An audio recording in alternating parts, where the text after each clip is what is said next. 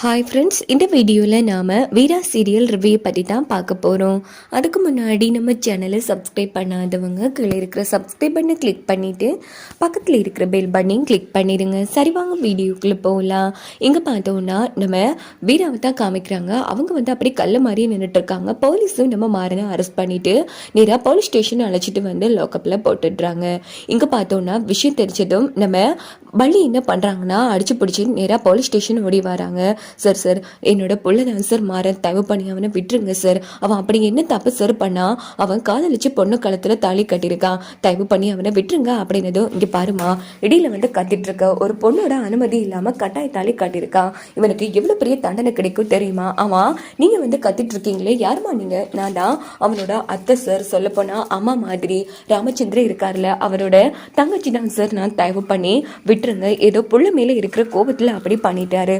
சொல்லப்போனா அந்த பொண்ணு விரும்பினா சார் அப்படின்னதும் இங்கே பாருமா, நீங்கள் என்ன சொன்னாலும் நான் கேட்க தயாராக இல்லை. எதுவாக இருந்தாலும் கோர்ட்ஸில் பார்த்துக்கோங்க. என்கிட்ட கம்ப்ளைண்ட் கொடுத்தவர் மிகப்பெரிய ஆள், அவர் சொல்லும் வரைக்கும் நான் இவரை விட மாட்டேன் அப்படின்னதும் அவர் என்னத்தை சார் சொல்கிறேன்? இங்கே பாருங்கள், அந்த பொண்ணும் மாறின விரும்பிக்கு சார். அதனால தான் அவனும் அவ வாழ்க்கையை காப்பாத்துறதுக்காக தாலி கட்டிட்டான். தயவு பண்ணி விட்டுருங்க சார் அப்படின்னு வள்ளி எவ்வளவு கெஞ்சிட்டு இருக்காங்க. அப்போ நம்ம மாற அத்தை இங்கிருந்து கிளம்பத்தை ஏத்தை இப்படி பண்ணிட்டு இருக்க? இங்கே பாரு, இது ஒன்றும் எனக்கு புதுசு கிடையாது, நீ கிளம்பத்த அப்படின்னது. டேய், நீ பேசாம இருடா சார், என் பிள்ளைகிட்ட 5 நிமிஷம் பேசிக்கலாமா? இங்கே பாருமா, அவனே பொறுக்கித்தனமான வேலை பார்த்து வச்சிருக்கான். நான் ராமச்சந்திர ஐயாவுக்காக தான் இவ்வளோ நேரமாக பொறுமையாக பேசிட்டு இருக்கேன். குயிக்காக பேசிட்டு கிளம்புங்க அப்படின்னது. டே மாறா, என்னடா இது நடந்துட்டு இருக்கு? இங்க பாருடா, நான் உன்னை வீரா வீட்டுக்கு தானே போக சொன்னேன், எதுக்குடா போலீஸ் ஸ்டேஷன் வந்தா? ஆமா, அவங்க தான் என்ன அழைச்சிட்டு வந்தாங்க. அட போத்த, அப்பா தாத்தா கம்ப்ளைண்ட் கொடுத்துருக்காரு.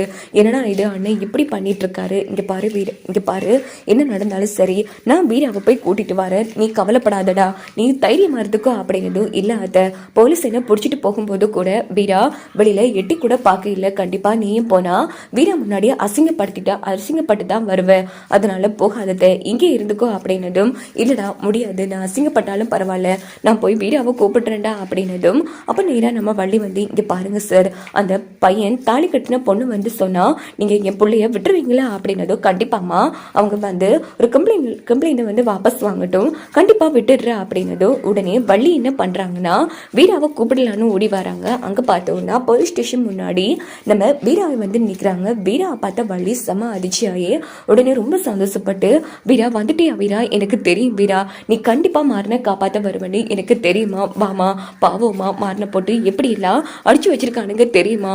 அவன் என்ன தப்பு பண்ணா? ஆசைப்பட்ட உன் மேல தாலி கட்டினா, அந்த பொறுக்கி அரவிந்த் கிட்ட இருந்து உன் வாழ்க்கையை காப்பாத்தினா. மற்றபடி அவன் ஏதோ தெரியத்தனமா பண்ண தப்பெல்லாம் வச்சு இப்படி போலீஸ்ல மாட்டி கொடுத்துட்டாங்களே, தயவு பண்ணி காப்பாத்துமா, எப்பொழுது உசுரும் கையில தான் இருக்கு அப்படின்னதும். உடனே வீராவும் துமரா போயிட்டு இருக்காங்க. வாமா, நீ தான் அவன் தாலி கட்ட பொண்ணா அப்படின்னதும். ஆமா சார். சரிம்மா, இங்க பாரு, அவன் கழுத்துல கட்டாய தலையிலானே கட்டுனா அப்படின்னதும். இல்ல சார், அவரு கட்டாய தாலி கட்ட இல்லை, இது எங்க குடும்ப பிரச்சனை, நாங்களே பார்த்துக்கிறோம் அப்படின்னதும். இங்கே பாருமா, கம்ப்ளைண்ட் ஸ்ட்ராங்காக இருக்கு, அதுவும் கொடுத்தது அந்த பையனோட அப்பா.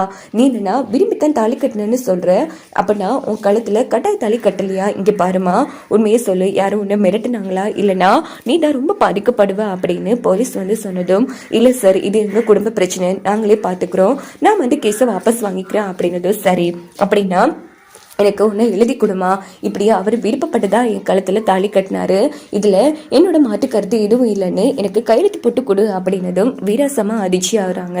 ஸோ அப்போ எதுவுமே பண்ணாமல் அமைதியாக இருந்துட்டு இருக்காங்க. என்னம்மா பார்த்துட்டு இருக்க? இங்கே பாரு, நீ இப்படி எழுதி கையெழுத்து போட்டு கொடுத்தா தான் நான் அவனை ரிலீஸ் பண்ண முடியும், இல்லைனா ரொம்ப கஷ்டம், நீ அவனை புருஷனா ஏற்றுக்கிட்டேங்கிற மாதிரி தான் அந்த லெட்டரில் இருக்கணும் அப்படின்னதும்.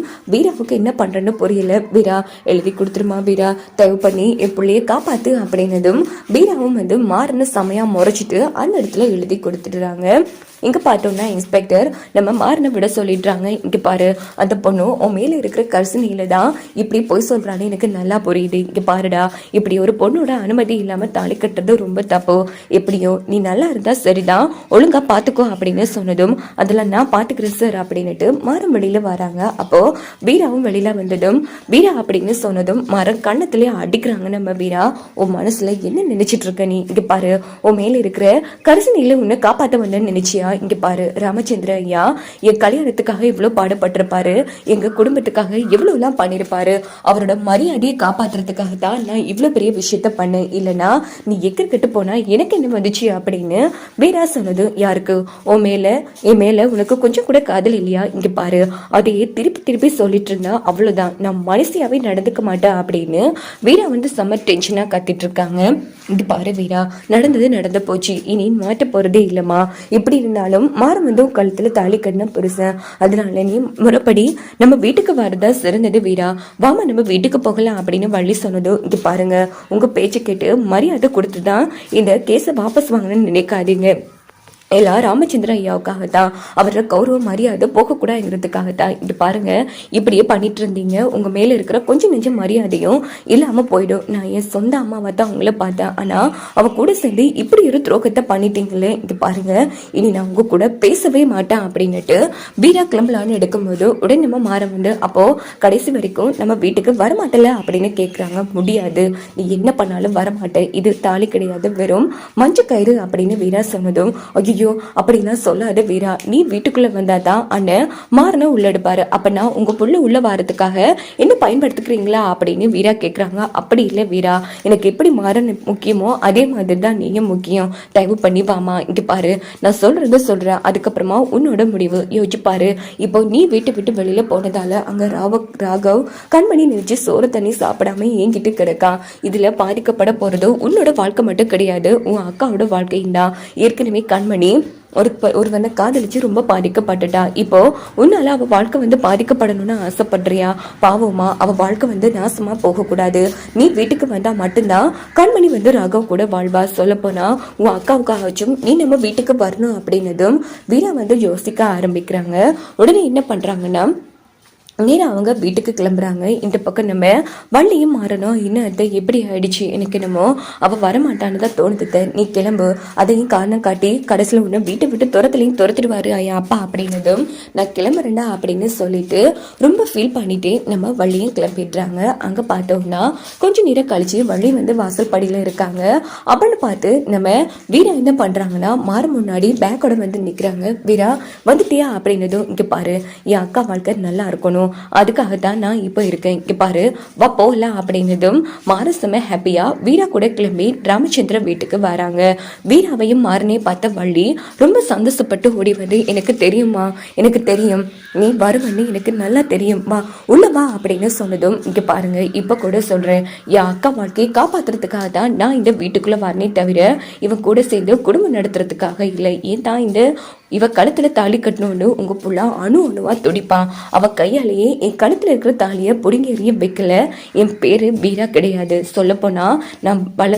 சொல்லப்போனா தெருவில் போற நாயை விட கேவலமா தான் நான் இவனை பார்க்க அப்படின்னதும் மாற ரொம்ப ஃபீல் பண்ணிட்டு இருக்காங்க. அப்படின்னு பார்த்து ராமச்சந்திரன் ஐயா ஓடி வராங்க. வீரா என்னமா நீ இவன் கூட சேர்ந்து வந்திருக்க, இந்த பொறுக்கையை யாரு வெளியில எடுத்தா அப்படின்னு அடிக்கலான்னு போகும்போது இங்க பாருங்க ஐயா, இனியா மாறம் என் காலத்துல தாலி கட்டினவன், அதனால இந்த வீட்டுல எனக்கு எல்லா உரிமையும் இருக்கா அப்படின்னதும் இங்க பாருமா, சொல்ல போனா முழு உரிமையும் உனக்கு தான் இருக்கு அப்படின்னு ராமச்சந்திரன் சொன்னது. அப்படின்னா எனக்கு தாலி கட்டினவன் மாற, அதனால மாறணும் வீட்டுக்குள்ள வரணும் அப்படின்னதும் அவன் உனக்கு துரோகம் பண்ணியிருக்காமா?